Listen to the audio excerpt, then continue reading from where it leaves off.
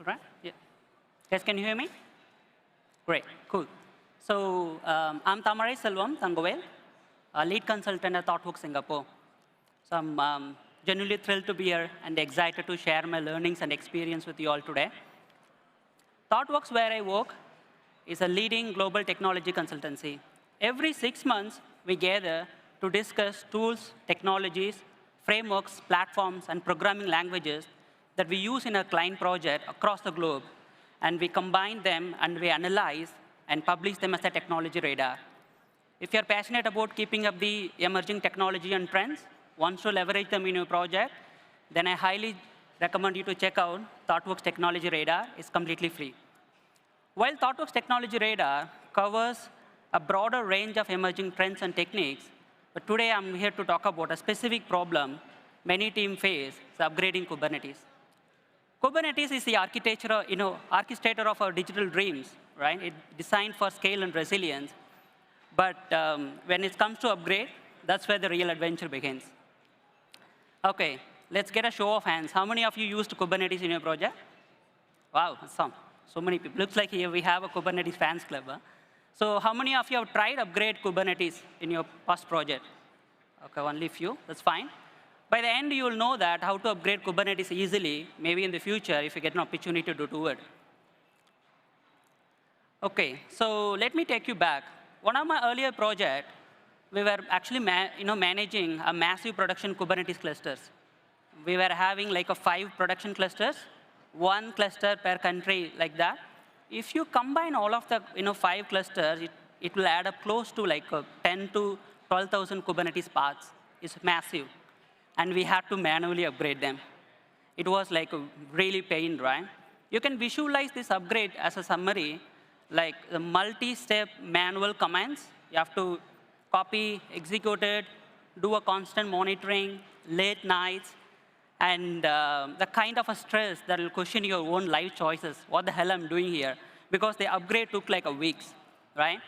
So fast forwarding, few years later, new project, new team, we were actually building the capabilities and also managing the infrastructure. You know the drill, right?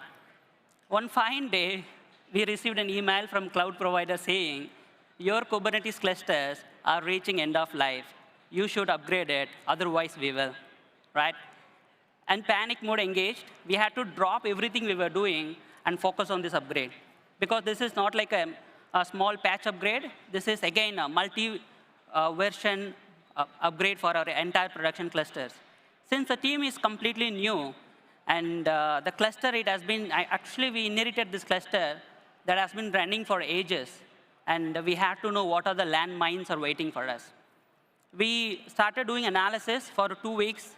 And in the lower environment, we upgraded and found those deprecated APIs. We fixed them. And is there any other unsupported versions? So we fixed all of them. And finally, we were upgraded our production clusters. If you guess, it's very similar to my first project I mentioned. Same, manual, late nights, and stressful. As a developer, we love to automate, isn't it? So in our retro, we decided that we never wanted to do this manual upgrade again, and we wanted to automate it, right? So we, again, started doing analysis. What would it take for us to automate this upgrade, right?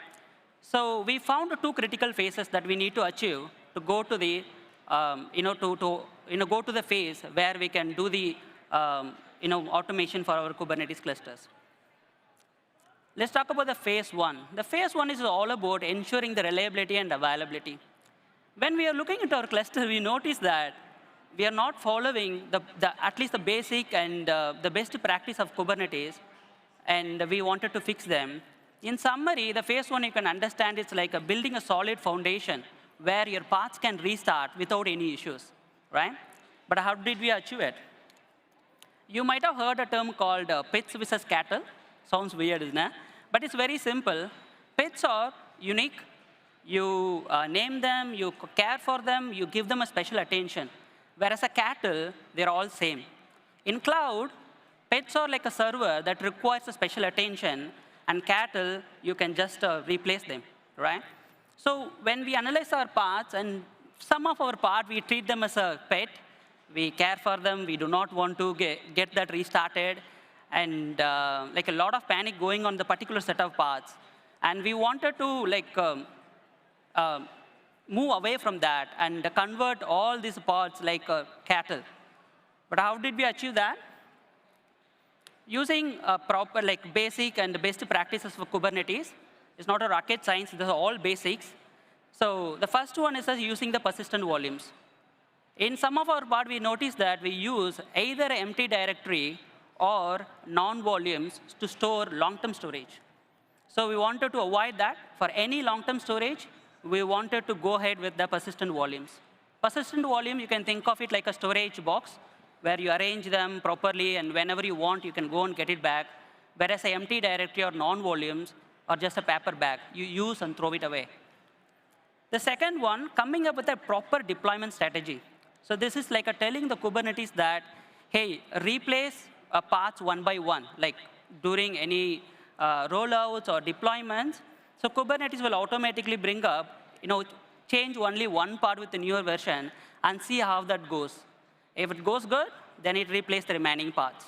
Here you can see we're using the rolling update type and the max surge one and max available one, which in this case, if you have 10 paths for your deployment, only one part will go away so that remaining 9 parts ensure the availability of your application. The next thing is that giving our application health checks. So in Kubernetes, of course, is the readiness and liveness probes. We have to set up this for all our deployments to ensure that Kubernetes doesn't send that request or traffic to the paths which is still starting up, right? Let's say you have an application that requires some startup time, right? It will run some database migration script, or it will connect to the external maybe components, or it will do the reconciliations and all, right? So it requires some startup time. So this readiness probe ensure that all these goes good, then your application is ready to serve the traffic, then your request will be routed to that.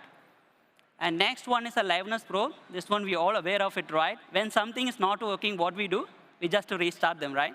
So similar to that in Kubernetes also, if you give the configuration to the Kubernetes saying that, hey, this is my liveness probe of my application, then if your application is not responding, then Kubernetes will automatically restart them. The fourth one is that horizontal pod auto scaling. So this one, you let the Kubernetes to take care of your scaling. If there are more visitors coming in, your paths will automatically scale up. If the visitors are decreasing, then your paths will scale down. So with this configuration, you can see, so I need a minimum of 2 paths always running, and it can scale up to 10 paths. But you can provide a metrics, what kind of a base metrics Kubernetes had to use to scale up your paths. So here we mentioned CPU utilization. If the request resource CPU utilization goes above 150%, then it starts adding up paths, and also is scaled down according to the CPU usage. Then most important one is a PDB, or pod disruption budget. This is to tell the Kubernetes, hey, during any scale, maybe upgrade process or scaling events, do not stop multiple paths at the same time. So you tell the Kubernetes in a configuration way saying that I need this many number of a pod always should be running, right? So this ensures the availability of your application.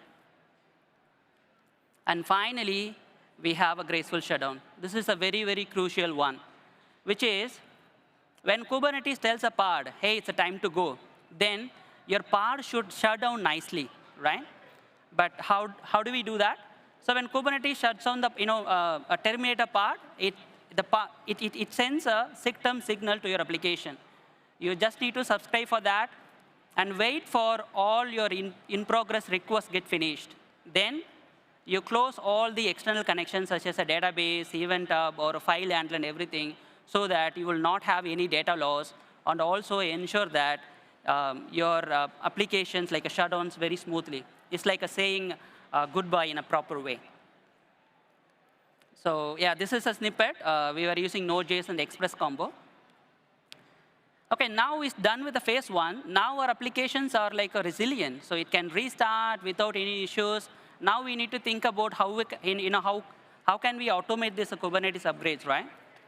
But before we click that auto upgrade button, we still need to think about few things. Like when you think about the upgrade, forget about the automation. When you think about the upgrade, the first thing comes in your mind, how long my upgrade will take, right? Because I need to do the constant monitoring, right?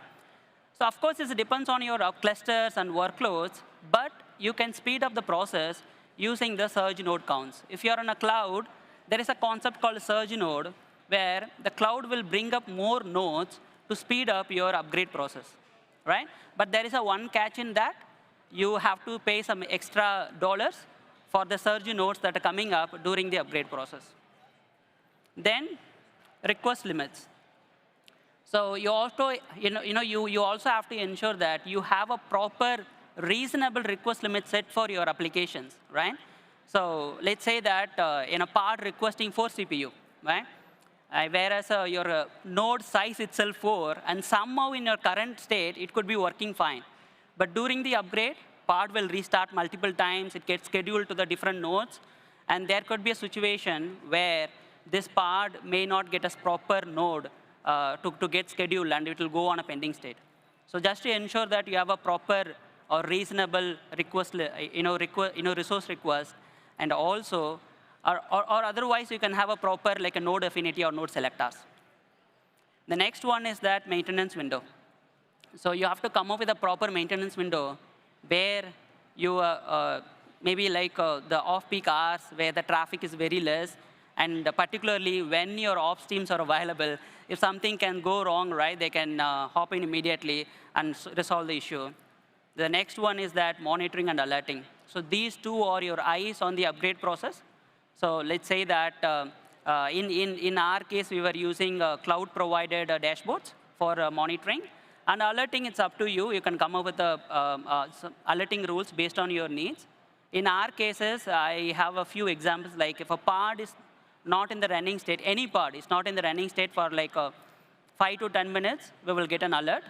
And also if a node goes to not ready state or unhealthy state, we will get an alert. And finally, the rollback. Rollback is like, not like, okay, I'll think about the rollback when the time comes. No, it should be working proper documentation or automated script. So when something goes wrong, you can easily roll back to your previous version of Kubernetes. So you can handle the situations. Okay, now we have implemented all this. And now we don't have to worry about the upgrades anymore. But how do I upgrade now, right? So I have set it up the configurations. So when we started doing the analysis, we found out that these three are the different ways to upgrade the cluster. The first one is the manual upgrade, of course. In your cluster, like you take out the node, upgrade, and put it back, right? We were also thinking about why can't we use a shell script to do the same stuff, like you drain the node, you upgrade it using kubeadm, then you do the same step using script. The second one, we found that people, like a lot of people using this one, which is a cluster replacement.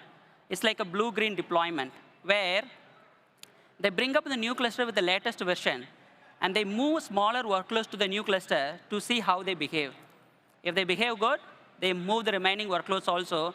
They finally destroy the older cluster, right? This is the easiest way. But the problem is that it has its own advantage and disadvantage.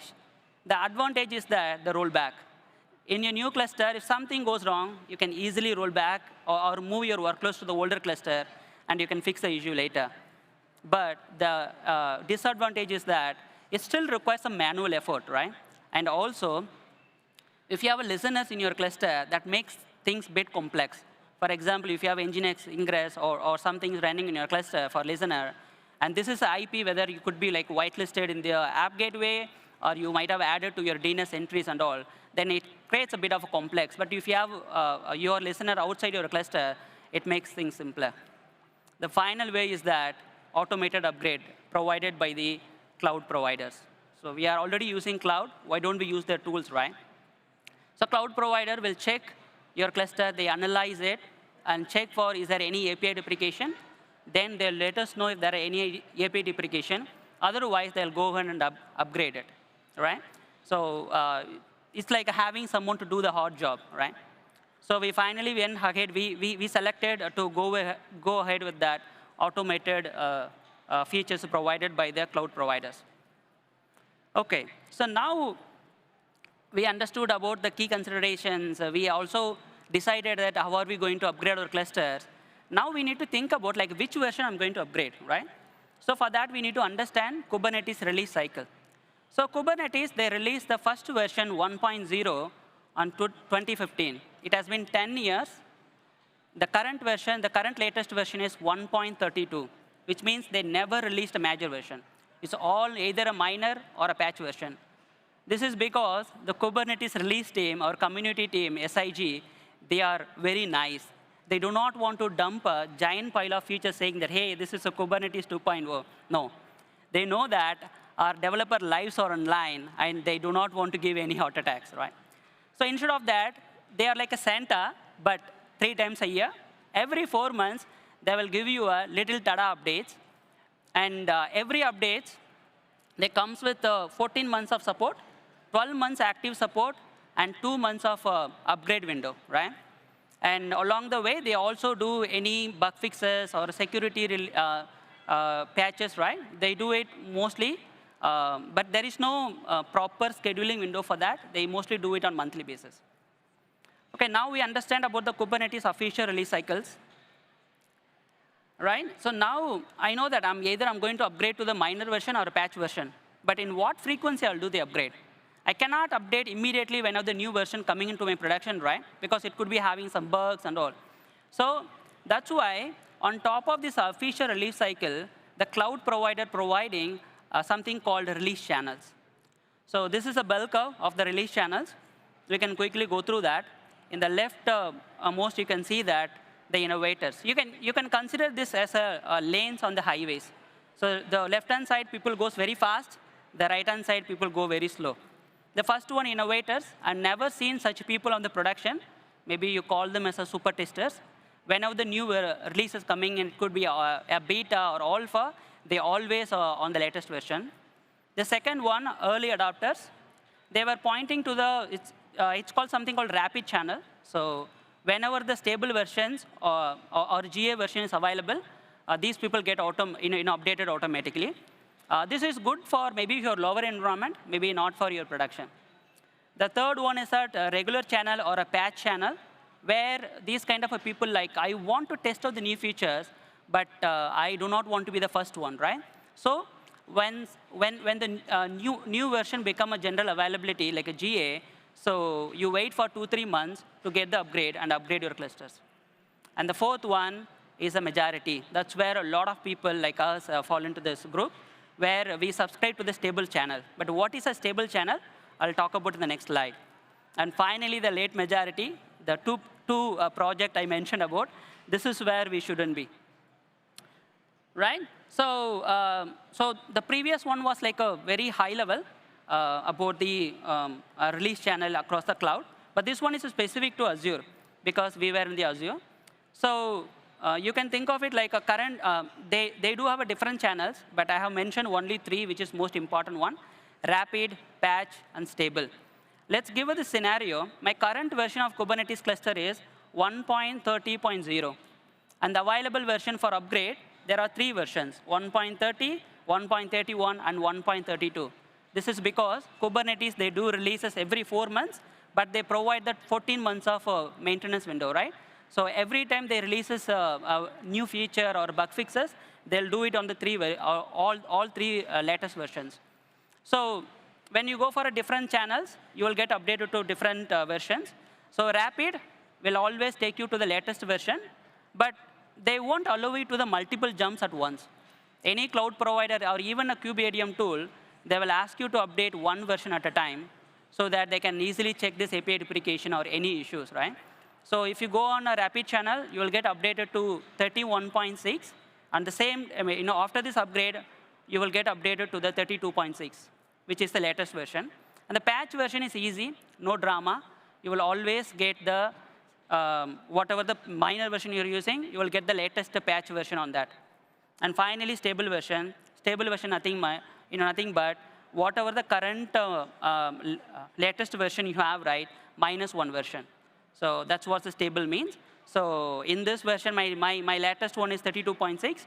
So I'll get updated to 31.6. Right? So with all this in mind, we come up with this upgrade timeline for our clusters. How to understand it? In the left top, you can see that end of life. And close to that, you can see a red a circle having the Kubernetes version. The first one, 1.29. So which means a 1.29 goes on end of life on December 2024. And 1.30 goes on April 2025, so on, right? And so all these windows, we grouped into the release cycles that, I mean, it's exactly mimicking the Kubernetes official release cycles. Let's talk about the environments, how we are using these release channels. So like any other project, we also have 5 different environments, but we grouped them into the 3 areas. So dev and SIT, they're pointing to the rapid channel. They upgrade weekly. Whenever there is, every week they'll check for upgrade. If there is upgrade, they'll automatically upgrade to it. So this is very helpful for us because if there is a new version coming in, we wanted to try out immediately to see is there any breakages or any incompatibility issues. But dev on the rapid is a bit crazy. It makes things unstable, but it's fine. We can handle it. Next, staging and the pre-prod and prod groups. They're both pointing to the stable channel, but the frequency is a bit different.